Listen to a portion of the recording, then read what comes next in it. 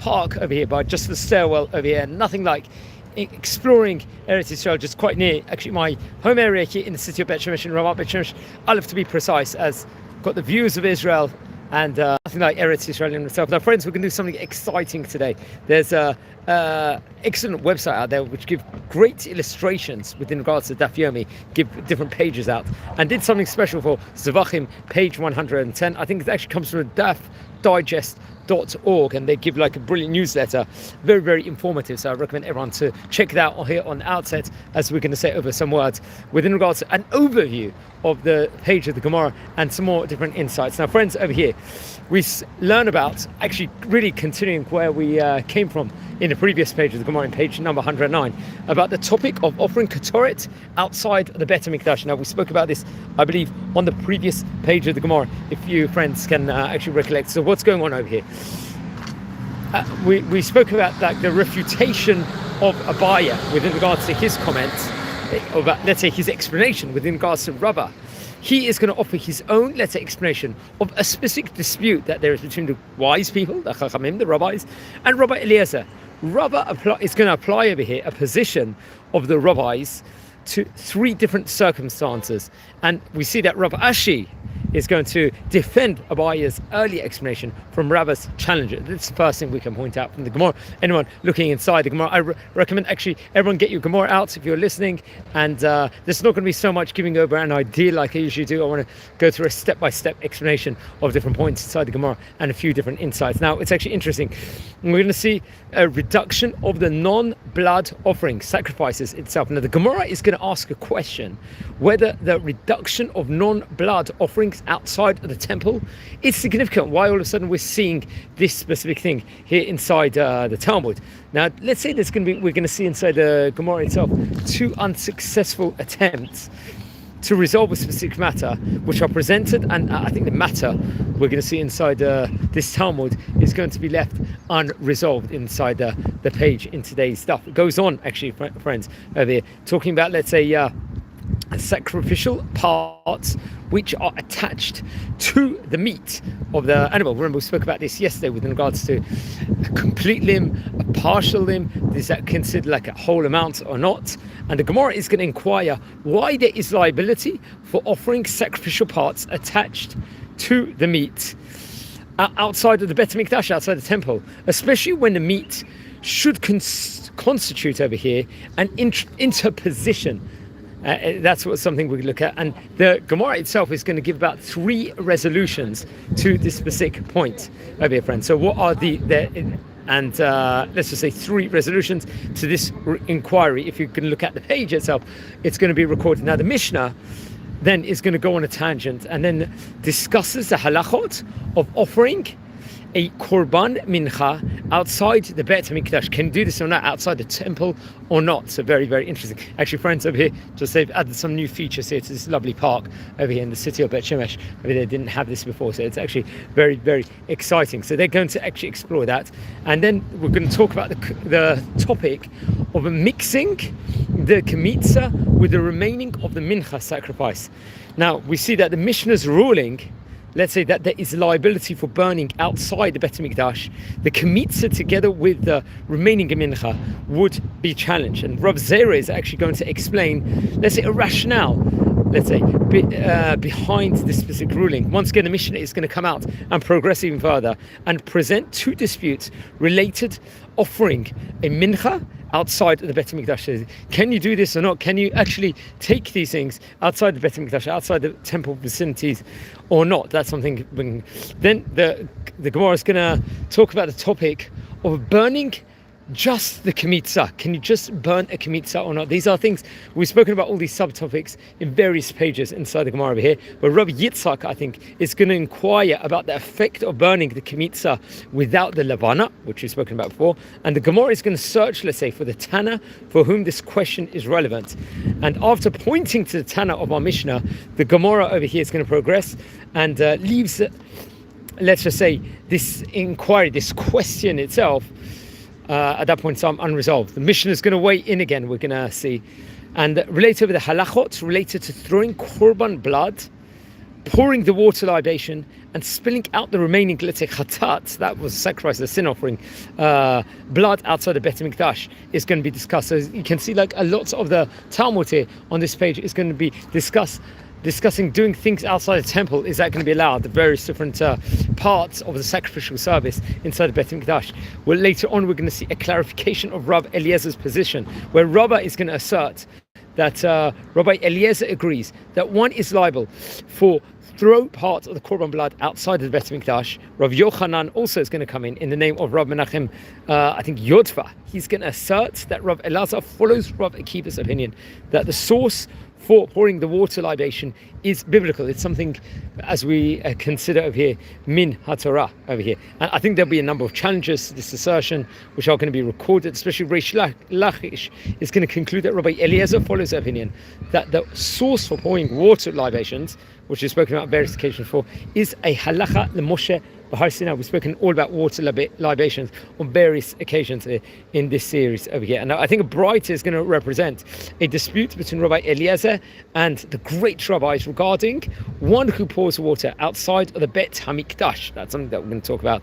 And it really is going to finish off this page of the Gemara. It's going to speak about Rav Nachman Bar Yitzchak suggesting one explanation of the point of dispute between the two opinions, which is very, very interesting enough. So that's an overview over here. Manishma? Just a short video over here. Thanks.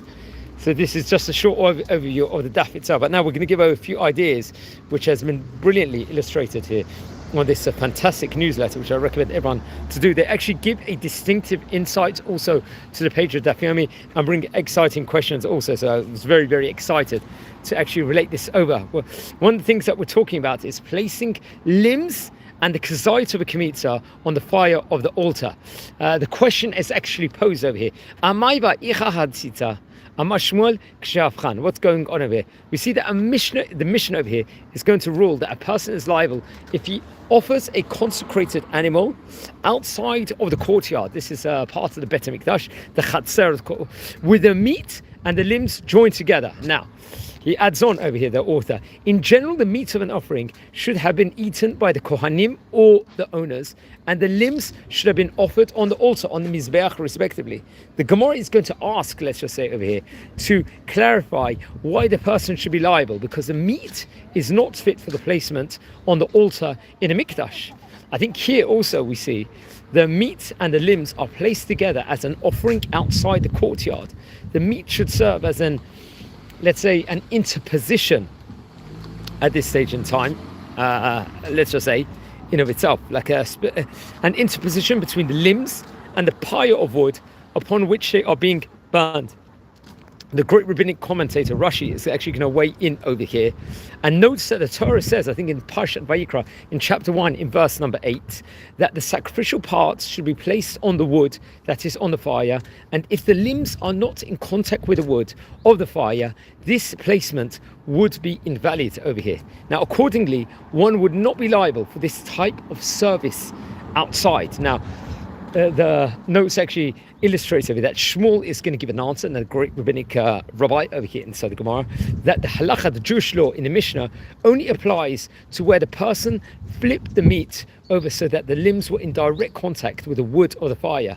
And it seems, let's say, that this being the case, there is no longer any specific teaching at that stage in time in the Mishnah, because this case would be, let's say, obvious in of itself. Tosafot is going to progress in and give an answer over here that the point is that we do not consider this to be an unusual way of roasting the meat, and a person is liable for offering it outside. So he's going to say that. Now, another commentator called the Mitzvah Azan, he's going to point out, I'm not too sure about, I haven't heard of this commentator before, out that the Mishnah later on, I think in this specific page of the Gemara, is going to actually educate that if the kmitza is taken from a mincha and the kmitza then falls back into the flour that remained, that's actually called the shiarim, if I'm not mistaken, I have pronounced it correctly, or shiarim, a person will be liable if he were to bring this combination and offer it on an altar outside the courtyard. Here too, we are faced with a problem that the kmitza, which was originally removed, is that part of the mincha which should have been placed on the altar in the mikdash. Now, when it is now brought outside the courtyard, it is not in direct contact with the fire, as it is mixed with the flour which remained. And here, let's say, in the case of the flour of the mincha, the answer of Shmuel is not going to be applicable. It only applies to a piece of meat with the limbs, where the meat can be turned over and the limbs be placed in contact with the fire. Now, the mitzvah Eisen is actually going to progress over here and state he's going to give an answer that the necessity for direct contact with the fire of the altar is only true, let's just say, of limbs, of that specific, the limbs itself. This is where the verse states that it must be on the wood that is on the fire. That's what's stated over here. However, let's say that this specific stipulation, that there be no interposition between the flour and the fire, is not going to be stated over here. We have to point out. Now, I think it actually progresses, and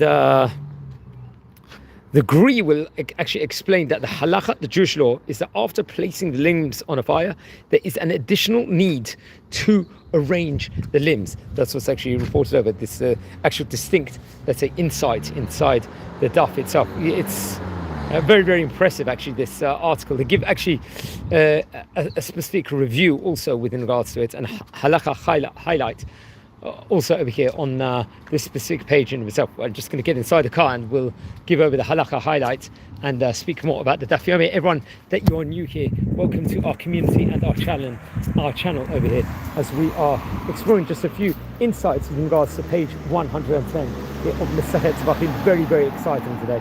I'm very excited also to share over this phenomenal article on the page of the Gemara over here. So just going to get inside the car. It is actually quite cold today, a lot warmer inside the car, as we just give over this very exciting insight with regards to the page. Anyone new here, we're a community here, and we please, everyone, if you're tuning in live for the first time, subscribe to our channel. Now, they give a halacha highlight also, which we have to point out, and using the word min b'mino eino chotzet. So what's this about over here? Like kinds do not interpose. We're speaking about chatzitza before, and min b'mino, especially in the realms of kashrut. The Gemara mentions a principle in today's page called min b'mino eino chotzet. What's that? Like kinds do not interpose. Later authorities, great rabbis, are going to discuss whether the principle refers to two items that have a similar appearance, or whether the principle refers to items that also have the same halacha. Let's say, for example, over here, a Sefer Torah was written correctly, but with the passage of time, the ink is going to fade, and all that remained was red and thus invalid. It's going to be not good. A scribe is now going to come and trace over the red lettering so that the faded letters now appeared black. Now, great commentator, great rabbi named Rabbi Shlomo Kluger, we've mentioned that before, initially entertained the possibility that the tracing should not render the letters valid, since a red ink below is an interposition between the valid black ink and the parchment. He is then going to, I think, reject, let's say, this approach, and rule that it is valid over here. Although the black ink is written on red ink, since it is ink, we may apply the principle of min b'mino eino chotzet. Then in comes another great commentator, the Chatam Sofer. He's going to disagree with this application of the principle of min b'mino eino chotzet to this specific case in of itself.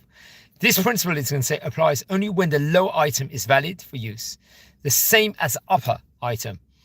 But where the lower item is valid, the principle does not apply.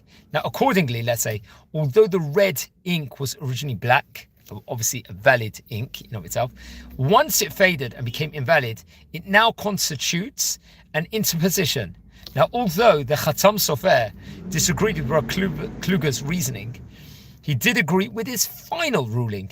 The rationale behind the Chatam Sofer's position is that once ink has faded, let's say over here at this point in time, all that is going to be left is a red appearance and of the letter, and appearances do not contain any substance that could constitute an interposition.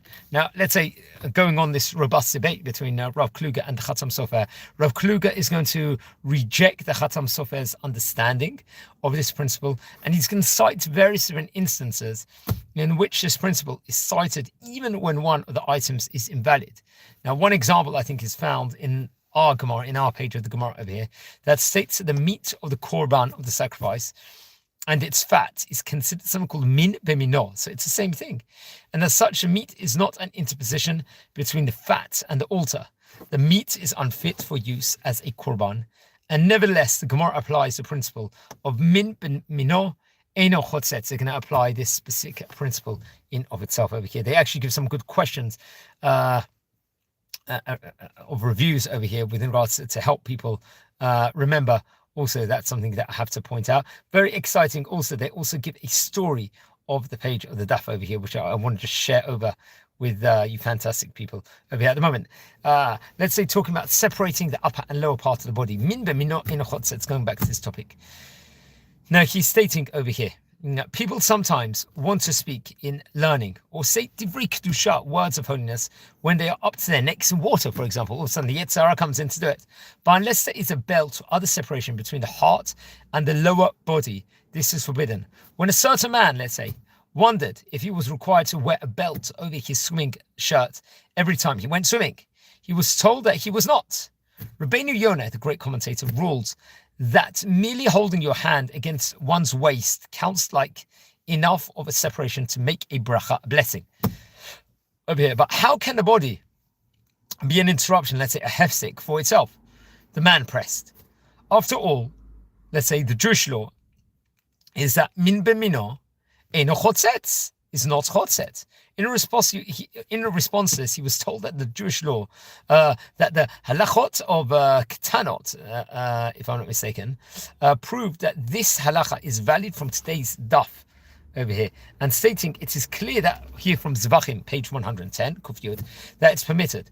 There we find that if one offered kedoshim meat with a murim, let's say, attached outside the mikdash, he is going to be held liable.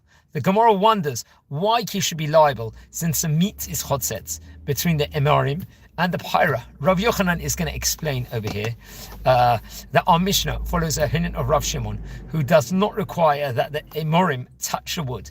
And I think Rav explains that since the emarim are also meat, they are min b'mino, which with the meat, and it's not chotzetz. Now, once again, we say in parentheses, since the halacha follows Rav Yochanan, when he argues with Rav, we presume he is corrected, since he does not use Rav's simple answer, and we see that he holds that min b'mino can be chotzetz, also be an interruption, hesek, at various times also. Now, we have to, I don't know, from this reply, another question is arose over here. But we hold a person's hand over here is not enough of a covering to enable over here a person without, let's say, a kippah that he's got, a head covering, a couple, to cover his own exposed head. Why don't we say that one's own body is a hefsek in that case, just as we do here? We're just going to take a short break. I'm going to be back in half a second. Okay, friends, sorry about that. Just a short break over. We're just explaining this excellent notes over here. So he came, why don't we say that one's body is a hefsek in that case, just as we do over here? Now, the answer he received was very satisfying. It all depends on what is a usual, let's say, action over here.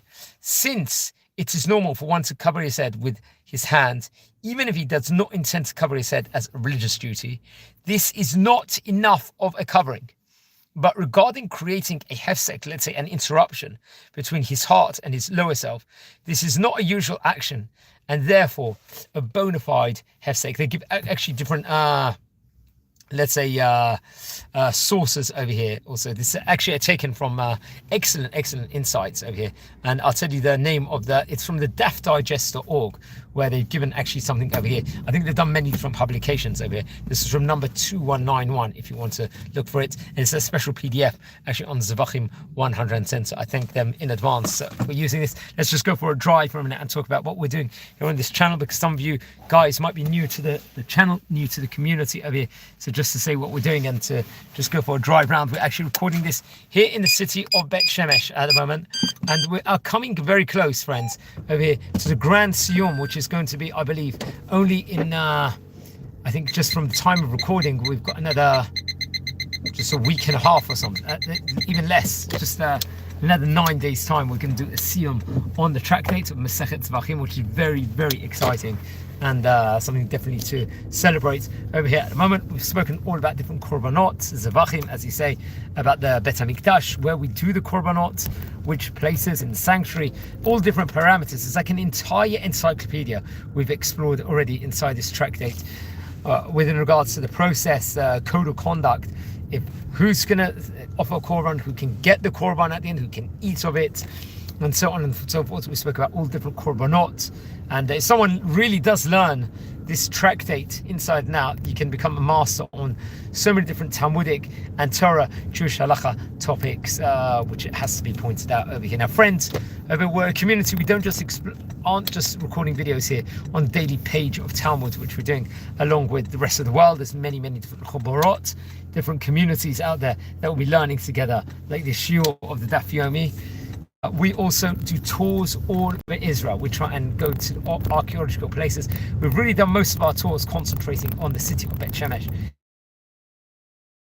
and Yerushalayim, but the plan is various other places also.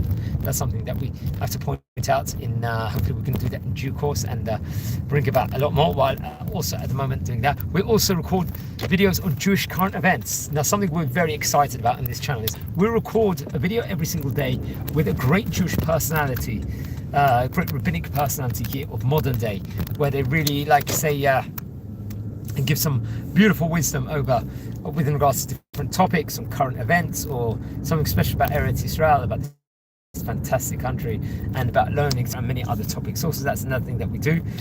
We will record videos on the weekly Torah portion, like we uploaded yesterday, and on the Hebrew months, for example. And we've got an entire English encyclopedia we're trying to bring about of the great rabbis of Jewish history, especially from the Ottoman countries, the North African countries here on this series, and other places in Asia and Spanish Portuguese countries, and so on and so forth, the Western Jewish communities also. So that's something also we are trying to promote here on this channel. And if you look, we've got a huge library of videos of great rabbis of yesteryear. Another very exciting project we're working on at the moment is a history video of each different country, some synopsis of what the great rabbis were in those respective countries, how they shaped out Jewish history in of its own, and with regards to how communities evolved with the rabbis over there, and so on and so forth. So a lot to really intake over here. We do a lot of short clips also, we have to point out over here, where we explore exciting sites and many Zionistic sites, places that are very, very famous, and other just places with beautiful views of Israel, and so on and so forth. So much over here on this channel that we have to point out. So please, everyone, if you haven't yet, please subscribe to the channel and join our community over here, as we've already thankfully got over the 8,000 mark, which is absolutely phenomenal over here. I don't think when we started this entire series, I think it was all the way back in May 2022 already. We're talking about nearly over 3.5 years ago. I never expected it was going to grow to this level, or we will do all this mass amounts of content over here like we're doing over here nowadays. So that's a kol hakavod to all of you out here, because we couldn't do this because it's not about me over here. It's the point of this channel is a we over here. We are the community over here. It's not about I or me or myself and I. It's about all of us. We appreciate everyone over here, and try and bring about the great Israel advocacy, and promote good causes over here, education for the next generation, and so on and so forth. So there's so many different exciting things to celebrate over here about, and yeah, absolutely phenomenal over here. So friends, we did a special edition over here where we used an excellent article synopsis from good Talmudic publication out there. Maybe we'll do another one at another stage in time. I'm going to maybe try and start reading these every single day, because there was actually not much information I could find within regards to Masechet Zevachim, page 110 out there. So I thought I would actually use these different insights over here, so which is very, very interesting. Remember, my old Daf publications over here. So wow, it's nothing like being in Eretz Israel. Just have to run an errand at the moment. So yeah, please watch over the previous videos that we did And yeah, it's an exciting morning. Today on the channel also, we did record a video on the history of Tunisian Jewish community also. So I recommend everyone, if you haven't yet watched that video, please watch that and share to other people also. So just enjoying. We are coming in this week into the Torah portion of Parshat Vayechi. We actually finished the book of Bereshit this week, which is also very, very exciting. And next week we're going to go inside the book of Shemot. And we've only got, friends, another 9 days to go till the end of tractate Zevachim over here. So 9-10 days or something like that. So that's also very, very exciting. So I think on this note, wishing you all well, take care, and thanks for watching.